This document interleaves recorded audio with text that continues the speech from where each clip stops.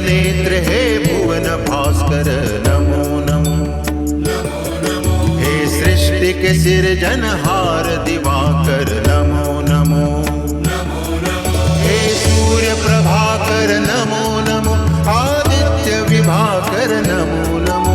हे भानु तिमिरहर नमो नमो। हे रवि भुवनेश्वर नमो नमो।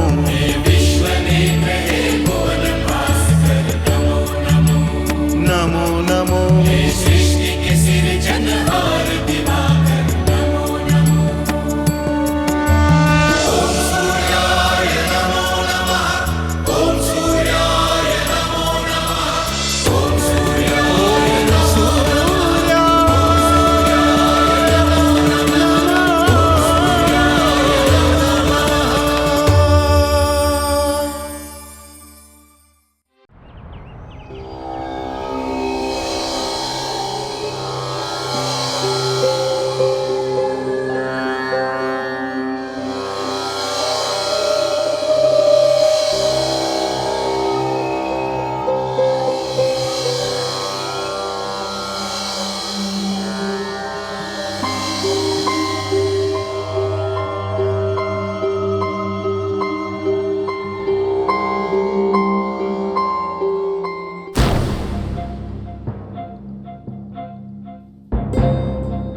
क्या हुआ स्वामी? क्या देखा आपने? देवऋषि नारद का कथन सत्य है और इनकी चिंता भी उचित है। मैंने अपने योग बल से पाताल में उठ रही स्वरों की गूंजों को सुना है और इन्हें सुनकर इन्हीं की भांति मैं भी चिंतित हो रहा हूं।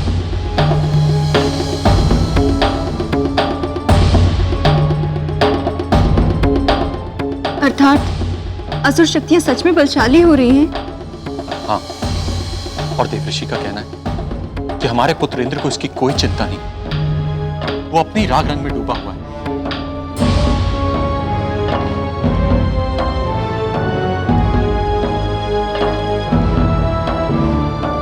हे सूर्यदेव, अब क्या होगा? हमारे पुत्र की रक्षा करो प्रभु, उसे दिए गए वरदान की लाज रखो।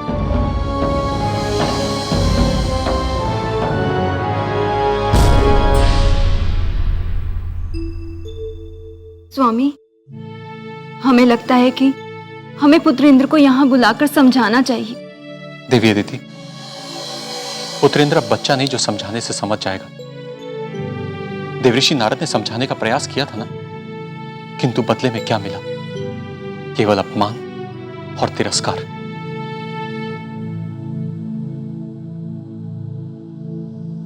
मुनिवर, मेरा मानना है कि इस विषय में एक बार आप भगवान सूर्यदेव से मार्गदर्शन ले लें। मैं स्वयं भी यही सोच रहा था।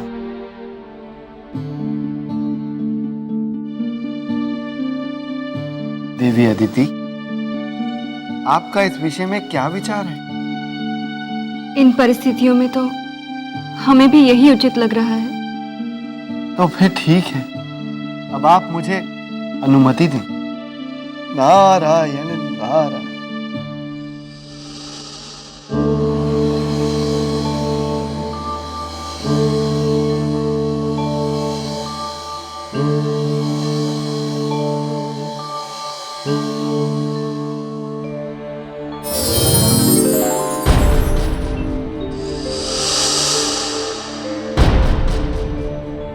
तो देवर्षि, असुर जाति के उत्थान से संसार में आने वाले संकट की चिंता आपको यहां खींच लाई।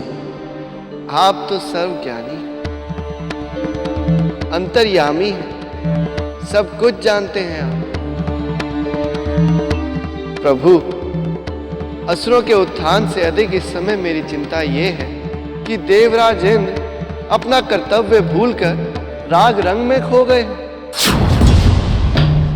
हे प्रभु, सोए हुए को तो जगाया जा सकता है, किंतु जो जागते हुए भी कहीं खोया हुआ हो, उसका क्या किया जाए?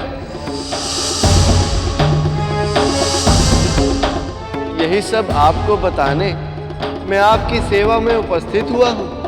आपको इतना कष्ट उठाने की कोई आवश्यकता नहीं थी मुनिवर। मुझे बिना किसी के बताए भी संसार में हो रही हर घटना का ज्ञान रहता है। तो प्रभु आप इन विकट स्थितियों को रोकते क्यों नहीं? मुझे इतना कष्ट उठाने की क्या आवश्यकता है देवर्षि? आप रोक तो रहे हैं इन्हें। नारायण नारायण, क्यों इस कंचन का परिहास कर रहे हैं प्रभु? मैं तो कुछ भी नहीं, मेरे प्रयासों से कुछ भी नहीं होने वाला, तभी तो मैं आपकी शरण में आया हूं। देवर्षि नारद, आप महाज्ञानी हैं। वेदों और महाग्रंथों को आपसे अधिक जानने वाला इस संसार में कोई भी नहीं। किंतु आपकी समस्या यह है कि आप जीवन को नहीं समझ पाते। आप कहना क्या चाहते हैं प्रभु? मैं समझा नहीं। इसमें समझने वाली कोई कठिन बात नहीं है देवर्षि। कुछ पल के लिए शांत मन से सोचेंगे तो सब समझ जाएंगे। यदि मैं स्वयं समझ जाता प्रभु, तो आपको कष्ट क्यों देता? सीधी सी बात है देवर्षि, जब आपके प्रयासों से स्थितियां नहीं बदलती तब समझ जाना चाहिए कि नियति भी यही चाहती है। जो होना है वो तो होकर ही रहेगा। किंतु सूर्य नारायण, इसका अर्थ तो ये हुआ कि आसुरी शक्तियां सारे संसार पर अपना अधिकार जमा लेंगी और हम सब यूं ही देखते रह जाएंगे। देवर्षि, आप सारी चिंता छोड़ दें। बस इतना स्पष्ट जान लें कि जब जब धर्म की हानि और अधर्म की जय जयकार हुई है, तब तब धर्म की रक्षा और पापियों का अंत करने के लिए मैं अवतार धारण करता हूं।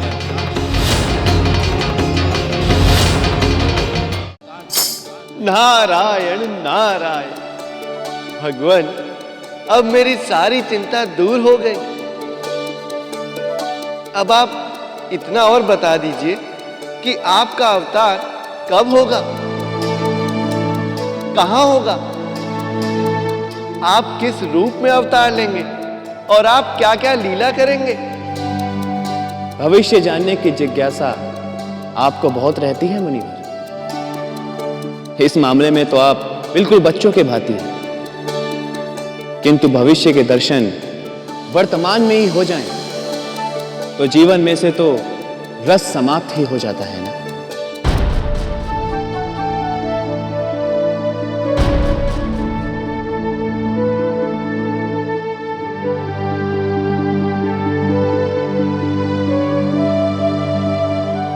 पाताल राज विप्रजति और सिंहिका तो इस समय बहुत प्रसन्न हो रहे होंगे। यदि उन्हें सूर्य नारायण के अवतार के विषय में पता चल जाए तो उनका क्या होगा? नारायण नारायण। दैत्य गुरु, दैत्य और असुर जातियों का भविष्य आप ही के हाथ में है। इन दोनों जातियों का कल्याण आपके निर्देशों पर ही चलकर हो सकता है। इसलिए अब आप ही बताइए कि अब हम क्या करें?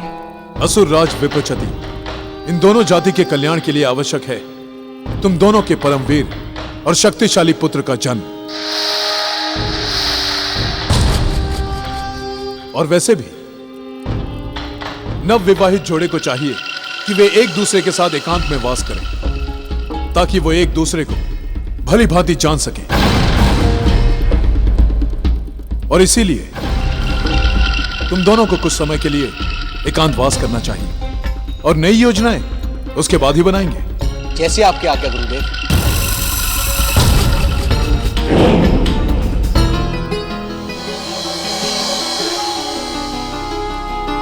दैत्य माता दीति, यदि आप अनुमति दें तो हम दैत्य गुरु के आदेश का पालन करते हुए एकांतवास के लिए प्रस्थान करें। अवश्य करो, मेरा आशीर्वाद तुम दोनों के साथ है। अब आप लोग भी विश्राम करो।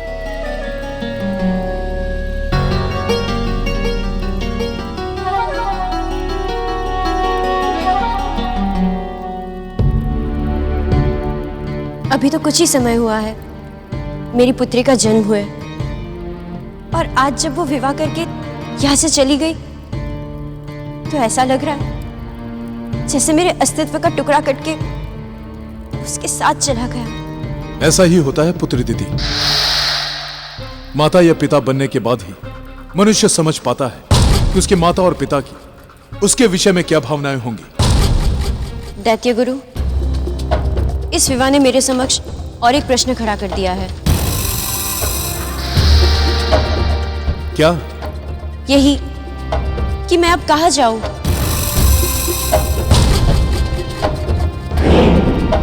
पुत्री दिति, मैं तुम्हारे प्रश्न का अर्थ नहीं समझ सका।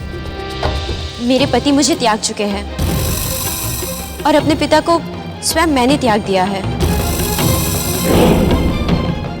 पुत्री के घर रहना ठीक नहीं होगा और मेरे दोनों पुत्र तो इस समय वनवासी तपस्वी हैं। तो फिर मैं किसके पास जाकर रहूं?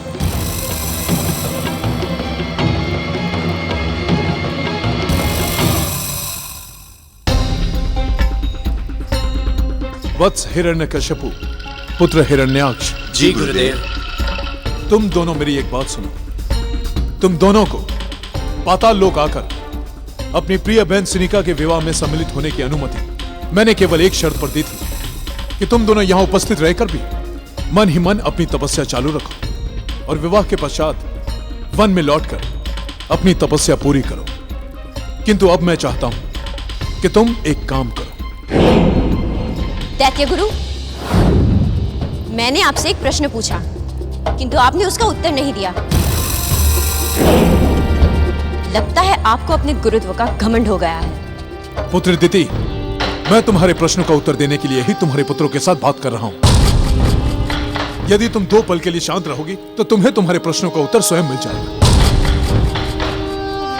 हाँ, तो मैं क्या कह रहा था? आप कह रहे थे वन में जाने से पहले हमें एक और कार्य करना है। हाँ, तो सुनो वो कार्य क्या है।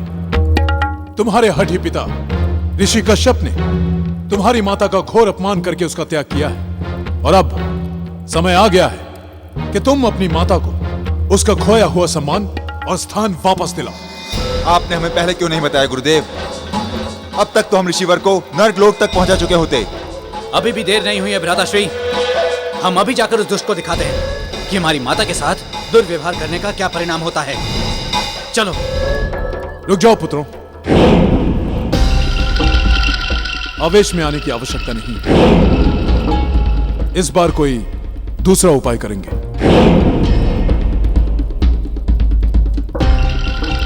दैत्य माता दिति, ऋषि कश्यप ने आपका त्याग किया, उसे बहुत लंबा समय हो गया है।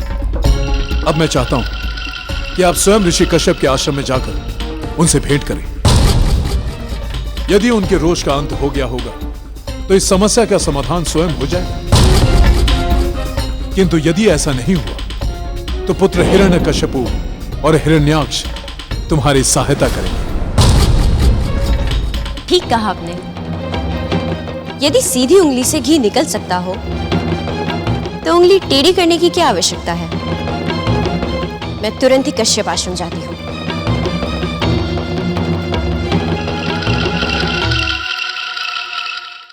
ओम सूर्याय नमः। ओम सूर्याय नमः। ओम सूर्याय नमः। ओम सूर्याय नमः। ओम सूर्याय नमः। ओम सूर्याय नमः। ओम सूर्याय नमः। ओम सूर्याय नमः। ऋषिवर पूजा में व्यस्त है, किंतु हमारा मन तो पूजा में लगता ही नहीं। हमारे मन की व्यथा ये समझते नहीं। क्या हमें अपने मन की बात इनसे कहनी चाहिए? यदि हमने ये बात कह दी तो परिणाम क्या होगा? ओम सूर्याय नमः। ओम सूर्याय नमः। ओम सूर्याय नमः।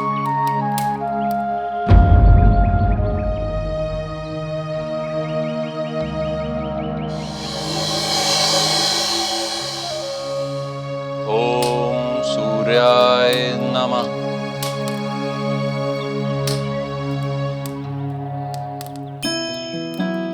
हे सूर्यदेव, आप इस संसार के आधार हैं। आप ही की इच्छा से इस संसार का अस्तित्व है। अपनी दया दृष्टि बनाए रखिएगा प्रभु। इस संसार में सबका भला हो, ऐसी कृपा कीजिएगा।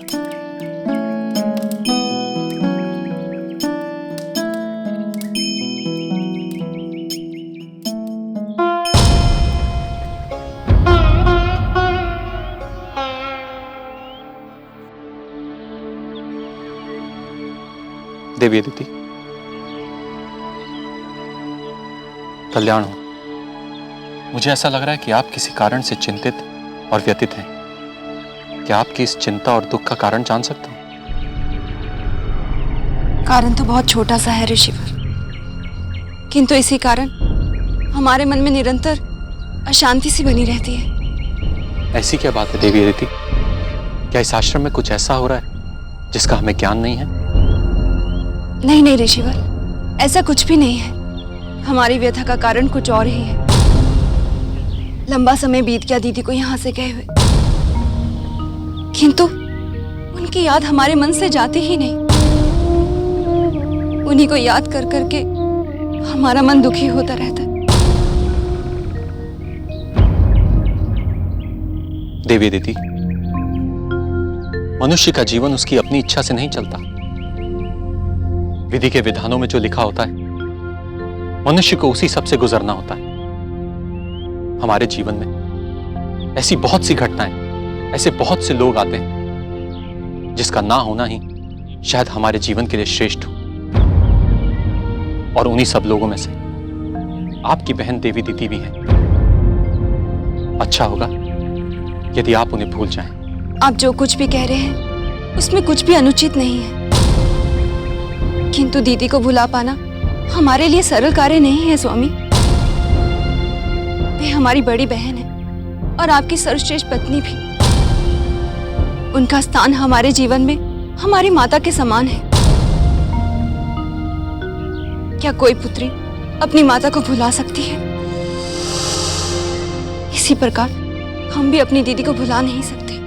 यदि आप उन्हें भूल नहीं सकती तो उनकी यादों को भुलाने का एक उपाय है मेरे पास। क्या स्वामी? जब आपको उनकी बहुत याद आए तो वे दिन याद कीजिएगा जब वे इस आश्रम में थे। क्या दशा थी इस आश्रम की? शांति का तो जैसे नाम ही था। पावनता तो इस आश्रम से नष्ट हो गई थी। और सबसे बड़े कलंक की बात तो यह कि दैत्य जाति का जन्म हमारे इस आश्रम से हुआ। मानवता के प्रति इस अपराध के पाप से कैसे मुक्ति मिलेगी हमें? और इन सब बातों की उत्तरदायी है देवी अदिति।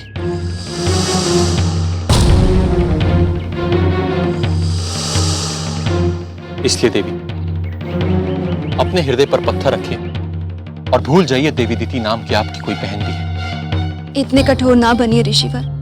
हम मानते हैं कि आप जो कुछ भी कह रहे हैं वह सत्य है, किंतु आयु बढ़ने के साथ साथ मनुष्य के स्वभाव में परिपक्वता तो आती ही है। हमें विश्वास है आज दीदी अपनी भूलों पर पश्चाताप अवश्य ही अनुभव करती होगी। आप एक बार उन्हें यहाँ बुलाकर तो देखिए। नहीं देवी अदिति, जितना मैं उन्हें जानता हूं, पश्चाताप की भावना का तो नाम भी उन्होंने नहीं सुना होगा। इसलिए मैं किसी भी मूल्य में उन्हें अपने आश्रम में वापस नहीं लूंगा। और ये बात आप भी अच्छी तरह जान लीजिए।